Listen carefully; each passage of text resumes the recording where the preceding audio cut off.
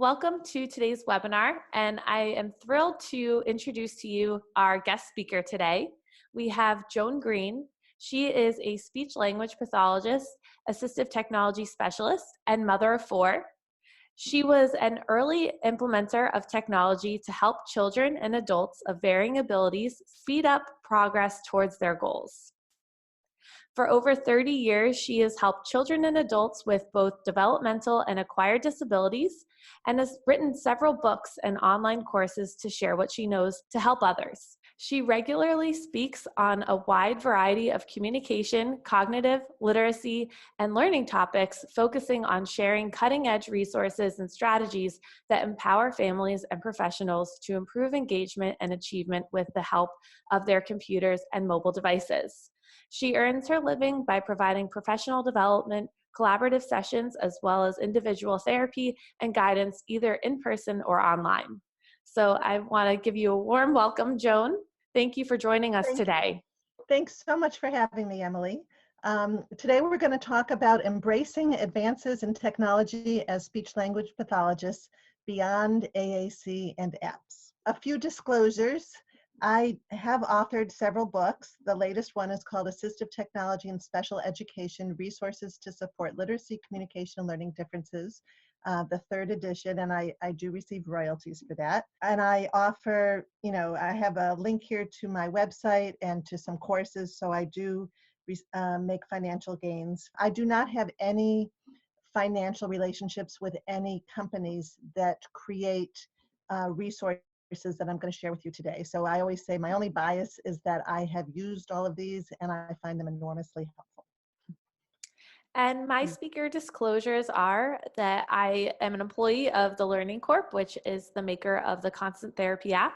I have no relevant non-financial relationships to disclose. Here are the goals. After today's presentation, I hope that you will be able to describe how technology can be used to support language and cognition for people of all ages, diagnoses, and severity levels. You'll be able to identify at least 4 accessibility features and apps on mobile devices that can improve life participation for people with language impairments, and list at least 3 strategies for using technology to improve attention, memory, executive functioning, productivity, and other cognitive challenges. I wanted to give you the take-home messages first. The take-home messages that I want you to leave with are that powerful technology integration begins with knowing what's possible. So in my experience, when I'm working with families and colleagues, the biggest challenge is that people just don't know what's available. And let's make life easier and reduce stress for people who communicate and learn differently.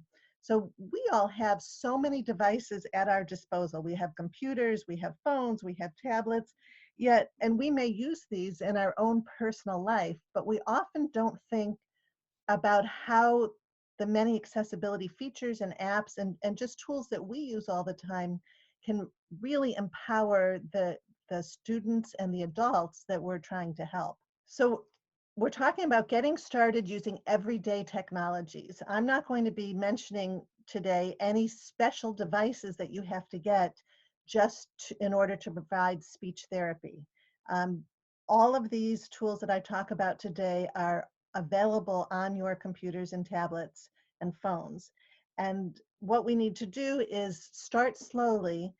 And first, I like to pay attention to the accessibility features. And the 2 features that I use the most are speech to text or dictation and text to speech. So I'm going to be talking about different ways that you can use those features. And we're also going to be talking about using visuals. So all the different visuals that on your devices or that you can put on your devices to help people reach their goals faster. And then we just need to customize these and practice using them. First we have to assess the individual, and then you identify their challenges and then figure out how to improve those areas of challenge and how to take advantage of areas of strength to help people achieve their goals. And so we use these assistive technology features, and when we put those together, when there's a good match with the challenges, that's when we strike that bullseye and it becomes very exciting. Often results can happen quite a bit faster when you match the features of assistive technologies to the individual's need.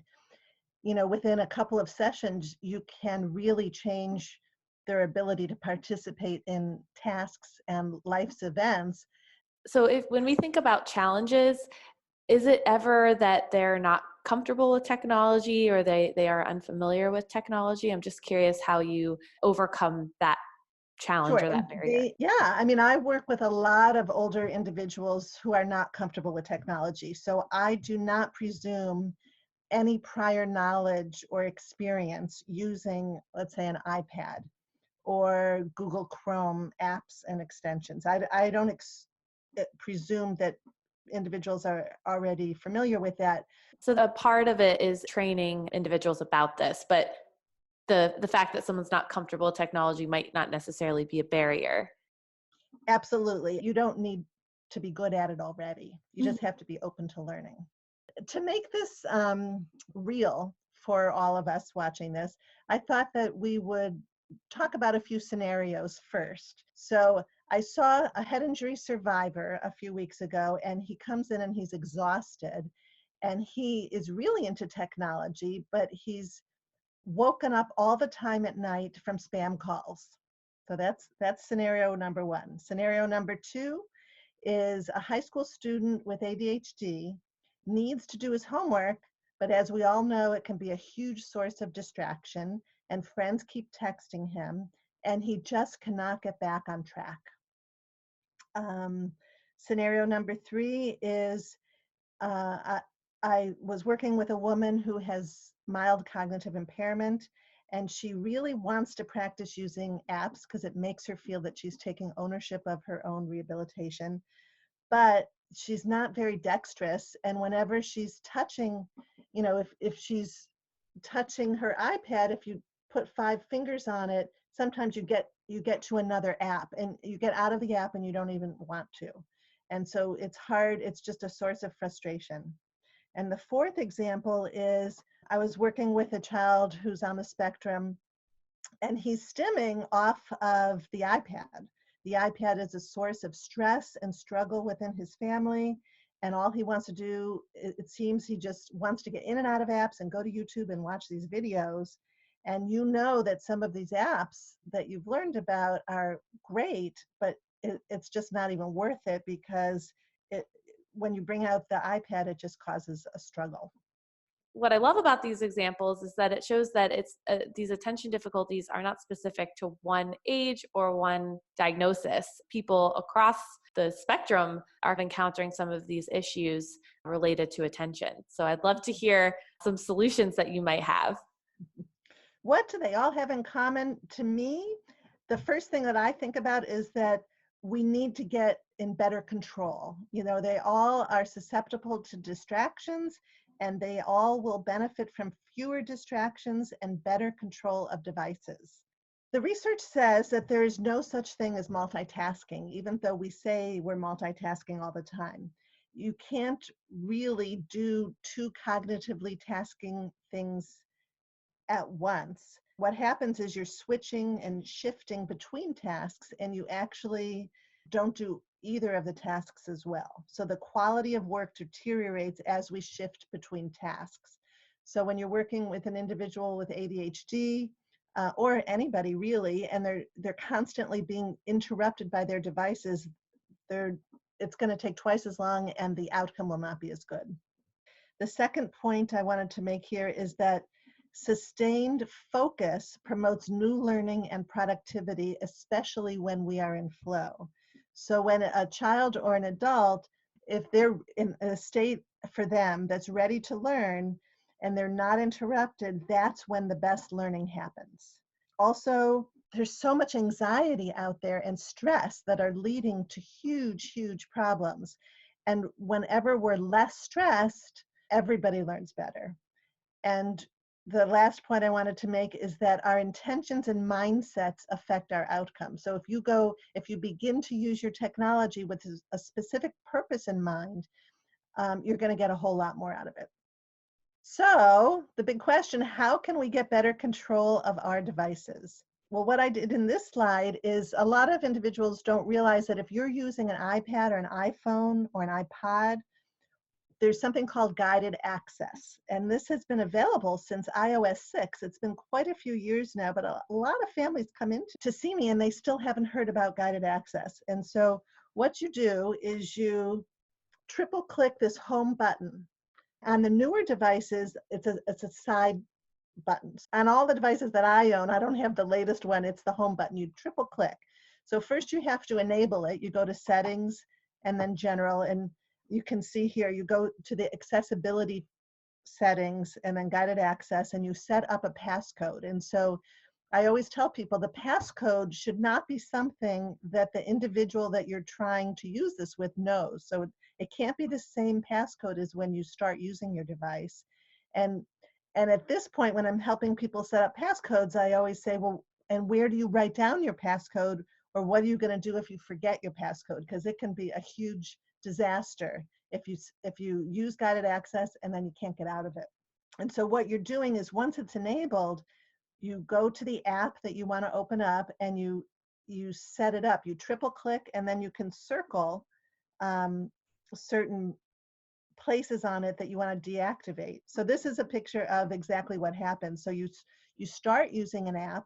So here I have an app that I use a lot called First Words Professional, and I triple click and then you see this image on the right, and you can circle the areas here in gray that you want to deactivate so that the individual can't get into the settings. And then you're essentially locking them into the app, and they can't get out until someone triple clicks and puts the password in. So going back to some of the examples that you gave, you mentioned the woman who had a mild cognitive impairment who kept getting out of the app that she was in. Right. And so this would be a great solution for her, Mhm. as well as the boy with autism who kept wanting to go to YouTube. This prevents Right. him from getting out of the app that might be beneficial for him to be practicing in. Right. It's really wonderful for when you need it, for either an older individual that they're not that dexterous and they're getting out of things and they don't even mean to, Mm-hmm. or for behavior management kind of issues. Mm-hmm. So then you also have, I work a lot with college students, with older individuals that have a lot of impulsivity. Also, all of the iOS devices and all Android devices and Macs and PCs and Chromebooks, every device has a way to set up do not disturb. So you can get rid of notifications and you can just focus on what you need to focus on. And so I have a picture here, the one on the top that says iOS control panel. To get to that, if you're on an iPhone, often you just pull up from the bottom. If you're on an iPad, sometimes you swipe down from the top. If you're on a Mac, there's an Apple on the top left that you click and go under System Preferences. On Windows, there's yet another way. I mean, so just knowing that it's possible is the first step, and then you have to figure out how to actually do it on the different devices. But you can just turn on do not disturb to minimize distractions. And Um, if you have a device that you might not know where it is, if you Google it, will that response come up? yeah, oh, I would just say, how do I turn on do not disturb on my iPhone? How do I turn on do not disturb on my Mac? And if you're reluctant to do that because you know, if there's a family member that they need to be able to get a hold of you, you can customize how the do not disturb feature works. So if somebody calls you twice within 5 minutes, it'll pick up. Or if there's certain individuals that you don't want to block, they can get through. And Windows, I just want to give a shout out to PCs and Windows. When we're using PCs, and also if you have a Mac, if you're using Microsoft 365, whenever you're using these products, there are a lot of accessibility features that many people don't realize exist. It used to be, I felt that iPads and iPhones and Macs had much better accessibility and supports for people with disabilities, but Windows has really upped their game. And I just want everyone to realize that if you're using a PC or Microsoft 365, there's a focus mode that will limit distractions. I mean, there are a lot of features in there now. I'm going to show you a video a little bit later that will show new supports for helping with reading and writing and focus. Okay, so when we're focused on reducing distractions and helping people um, be more productive when they're using their devices, I think that these two new mantras can be really helpful when working with older students or adults. And the first one is saying to yourself over and over again, is this how I choose to prioritize my attention? So we know that distractions are bad and that we're less efficient. And so throughout the day, rather than just going about your business sort of absentmindedly and getting things done, just say to yourself, is this how I'm choosing to prioritize my attention? It gives you the feeling of ownership and control. And when you have a sense of control, it really can reduce stress. Mm-hmm. So if someone's working on a project that they really don't want to do, writing some essay or something, and they're feeling all stressed, they can say to themselves, I know I have to do this. I'm choosing to focus my attention on this right now for the next 20 minutes, and I'm going to limit my distraction. Mm-hmm. So we need to use tech with intention and purpose and not allow ourselves to be dragged all over the place when we get notifications and phone calls and um, other sources of distraction, and we know that all social media is just another window away on our computer. All right, here's some more scenarios. A seventh grader has been diagnosed with dyslexia and is falling further and further behind at school. He avoids reading as much as possible. A parent has difficulty reading the small print on a menu at a restaurant. And the third scenario is a stroke survivor who has aphasia has difficulty with reading comprehension and some left neglect and inattention, but can understand what is said aloud. All of these examples are non-tech examples, so I'm very interested to see how technology can help address some of these issues. They all have the potential to benefit from reading tools on their devices. So even though you might be in a restaurant reading a menu, or you're trying to read something for school that's not tech, you can use tech to support yourself. The research says that ear reading, listening while reading with your eyes, improves literacy. It's important to let the reader customize text, the text size, the voice, and the speed. And we need to actively check our own understanding when reading, and it helps to read with a specific purpose. So I'm going to show you some tools that can help with reading. And some people might think, oh, if you're listening to things read out loud as you're watching the words be highlighted, that's cheating. And that could be a whole debate. But I think that it's really important that when students are in school, or if individuals are at work and they need to be able to understand written content, or they're going to not succeed, there needs to be a way to do that. And nowadays it's all over that you can have things read out loud. So how can you use your computer or a mobile device to help with reading? If you have an iPhone, you can triple click and get in the accessibility menu. Then you just point your camera at something that's on the table, a menu or something that's written, a medicine label that's hard to read, and you can adjust the slider and it will change the amount that it's enlarged. It doesn't read it aloud, it just enlarges it, and it can shed light on it so it's easier for you to read. So all phones, I believe on Android phones, there's an app called Magnifier that you can use. So it's free, it's easy, it's a way to help people that have visual problems, or both, mostly visual, because it's not going to be reading out loud, it's just going to be showing it to you. There are other tools out there that can now use the camera to read aloud text. Also, when you're in any of the browsers, when you're in Safari or Firefox, if you've ever noticed, there's this image, this I think they call it the hamburger. I don't know what, I put the image here because I didn't know what to call it. If you see that in your browser, it will get rid of the ads and it will make your text easier to read. And so it just makes it visually simplifies everything. And you can set it up to act how you want it to. So you can have a black background and a white, or you can set the font size. If you're on a Chromebook, or if you're using the Chrome browser on your PC or Mac, you can add this extension, and that acts just like the reader view. So just know that whenever you're online on any device, you can have a way to make the view simpler to read.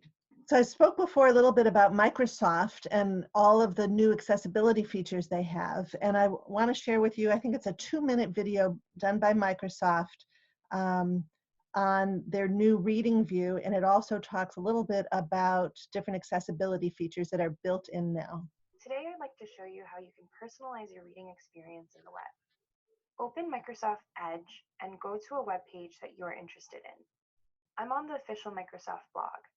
To enable Reading View, click on the book icon next to the URL, or press Ctrl-Shift-R on your keyboard. We now have a distraction-free experience where we can focus on only the information in the article. Reading View is highly customizable. Let's look at the options. Click on Text Options and then click the Increase Text Size and Decrease Text Size buttons until you find what feels right.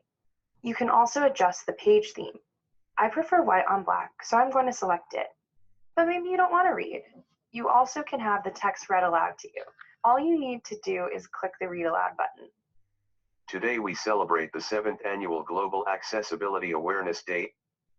As each word is read, it will be highlighted on your screen, making it easy for you to follow along inside of the web page. Now click the Learning Tools button and try other customizations. You may prefer more space between each line of text on the page. Try it by activating text spacing. There are 18 additional color options for page themes here. Let's try the yellow background with black text theme. Under Grammar Tools, you will find options to improve reading comprehension. Let me try highlighting all of the nouns in this text. I turn on nouns and the page now highlights the words that are nouns in purple. Turning on line focus may increase your attention. Try all the options, focus on 1, 3, or 5 lines at a time. So just know that all of your devices can read out loud to you. I mean, that's a huge thing. So you saw it done with the Microsoft product, but on all of your iDevices and on all of your Android devices, PCs, Macs, everything, if you go to settings, figure out how to enable text to speech and things can be read out loud. It's extremely empowering. So if you're on a phone or an iPad, you can hold down the text and then you'll see an option come up that says speak and you press speak and it reads out loud. So Wow. that can be huge. Yeah, yeah. So Emily, what comes to mind about all the ways that you can use it? Going back to the Microsoft Edge, I love that you could highlight the grammar, and that's a great way to work on different parts of speech, regardless of what the diagnosis is, if it's someone with aphasia or someone, a child with dyslexia. And then I love with this that you can do it in any type of app that's so functional for the patient. So the example you have on the screen there, a text message, that can really help with just communication and connecting with family and friends. So these are really great tips for us to Right, know it gets about. a little bit complicated if you have a PDF file, or if you want to read an image out loud that's embedded in a picture. I mean, so I'm making this sound a little bit simpler than it necessarily is all the time, but it's possible. And there are ways to have everything read out loud. That's great. I put this app, I think it's $10 or $15. It's called Voice Dream Reader. And now they have another app that works with it, which is a scanner. And so this is my favorite way for people to read Bookshare books. If you have a documented print disability, you can access Bookshare. It's free for students that are under 21 and under, and adults, if they have a documented print disability, which aphasia would be, visual perceptual problems would be, the speech pathologist can sign a form for families. They can get digital versions of like so many books and periodicals and things, and then you can put those books or other content or PDF files into an app that's on an Android device or a phone and have them read out loud with really good voices and really customizable speech. So how can text-to-speech support communication and learning goals? So these are a few ways that I just wanted to highlight. It's a great way to proofread. If if you've written a document and you want to have it read back to you, and it'll help you spot errors, that can be good. It also can keep people in the flow. If they're sort of stuck, they can have something read back out loud to you, and then it sort of keeps them moving forward. Practicing scripts, everyday scripts. So, you can have just practice saying something. You can highlight it and repeat it back, what somebody might be wanting to say, working on fluency, working on voice, articulation goals, all kinds of things. Word and phrase lists, AAC. If somebody's unable to speak, but they still have language, so maybe they're intubated, or there's some temporary physical problem where they can't use their voice, they can type something up and then just have it read out loud to somebody. I was also thinking it could also be a great way to self-cue for aphasia. So if you needed like a semantic carrier phrase, for example, the word chair, maybe you have the carrier phrase, I sit in A, and it reads out loud, and that might help you be able to come up with the word. So there's a lot of different ways that you can use it. All right, so a couple more scenarios here. Yeah. All right, so think about what these people have in common. An 85-year-old man has trouble remembering appointments. Even when he doesn't remember to go, he may forget to bring an important document and forget what he wanted to ask the doctor. A middle school student is stressed that she has too much homework and there's no way she can get it all done. An adult transitioning to independence is starting to take public transportation to his first job, but isn't sure when to leave home to arrive on time. What do all of these people need help with? There's definitely elements of attention and memory in there, but the big overarching issue is executive functioning here. And so how can we use our technology to help people that just are overwhelmed with task management? They just have too much to do. They can all benefit from explicit teaching of how to use effective reminder and organization systems. There are ways that we can use these amazing tools that we often have in our purse or our pocket or something to help keep us on task. So the research says that the use of calendars and reminders can be an effective external memory tool to improve independence. Stress is reduced when we write things down and actively come up with a workable plan. It helps to predict how long activities will take and then write down how long they actually take. It's effective to work on teaching skills that involve activities of daily living to promote independence and inclusion. So how can you use digital calendars, to-do apps, and maps to improve executive functioning? So I often, the first visit, am working on calendars with people. And my calendar of choice is the Google Calendar. I know that people have very strong opinions about this, and I try very hard to work with the systems that families already have in place and to try to bring it to the next level. So if they're already using a paper-based calendar, we can start with paper-based, and we can work with paper-based reminders and strategies like writing down steps in a task and guessing how long tasks will take. If somebody's not already using a digital calendar, I always start them with the Google Calendar, because that can sync to all the types of devices. Whereas if you start with iCal, sometimes the native calendar on the iPhone, it doesn't necessarily sync well with the Google Calendar. I try to set up systems so that somebody always has a calendar with them, because you never know when you're going to have to put something down on your calendar. And then setting up these notifications and reminders so that if you're really entranced in a particular activity, there's something that's going to remind you, oh, it's time to go, or you better leave in 10 minutes. I like Google because they all sync to each other. So if you put an appointment in Google Calendar and you add the address, it'll tell you when you have to leave on time based on the current traffic in order to arrive at the time that you want to get somewhere. And I use calendars also to help with communication and memory and executive functioning. I mean, there's just, and you can also work on reading and writing. I use calendars with just about every single client at every single session.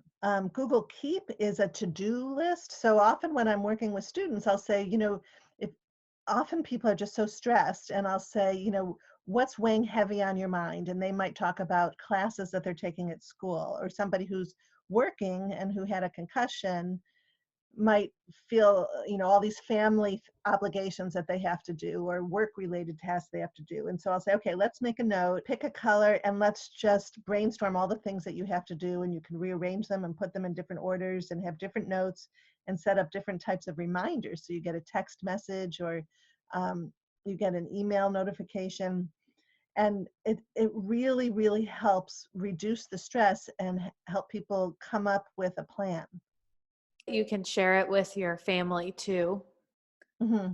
For a grocery shopping list, because you might be out and about and think of things and somebody picks something up and you don't realize it, and it just works so well. Or when students come home from school, taking 5 or 10 minutes to brainstorm everything they have to do before their parents get home. And if they share that list with their parents who want to sort of check in on them and see if they're getting things done, that can be really powerful too. Mm-hmm.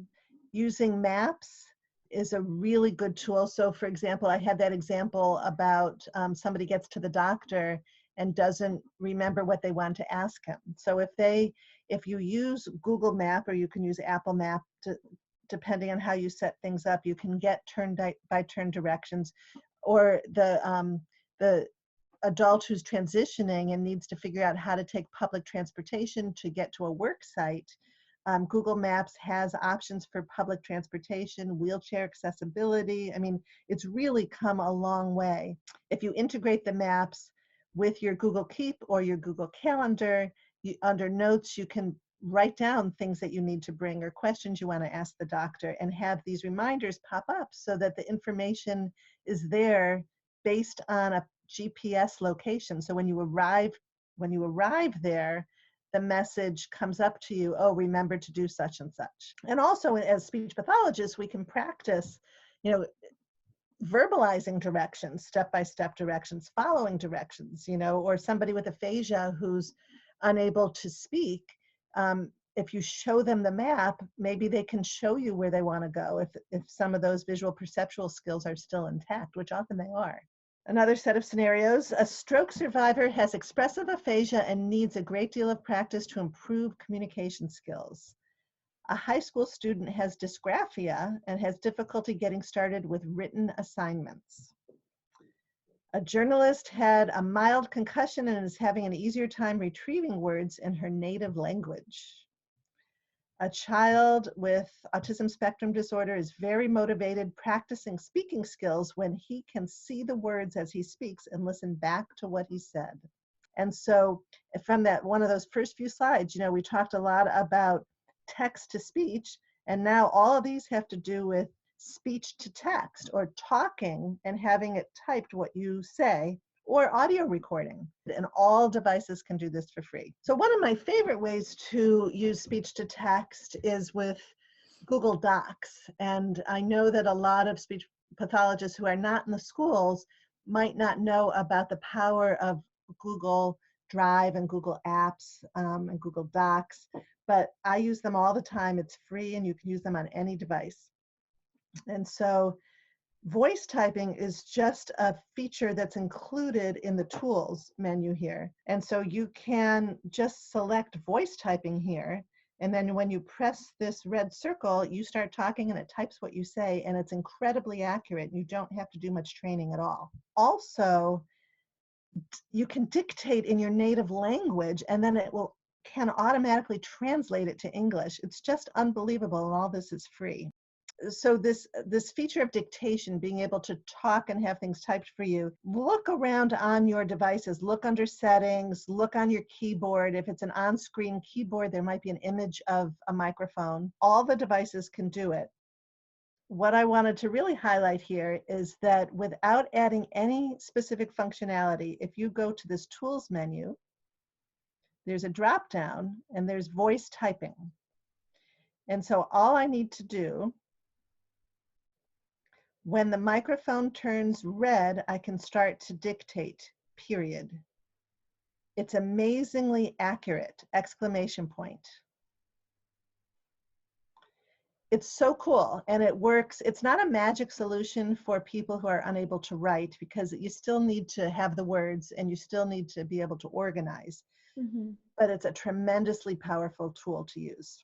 That's great. And I love how the Google Docs are all cloud-based, so you don't have to worry about saving it on a desktop. You can access it from your phone, tablet, and computer. So if for some reason you don't have a microphone, you're using an older laptop, you don't have a microphone or a desktop, I've had a lot of students open a Google Doc on the computer and then take their phone and open up the same Google Doc, dictate into their phone, and they see the text show up on their computer. As speech pathologists, let's really take advantage of all of this incredible technology that's available to, once we set it up for families, the individual can really practice so much between sessions and live their life in a better, more meaningful way. So we need to think about, what features, it all comes down to the features. Once we're working with the individual, what features are needed to help them access information, whether at work or in school or at home.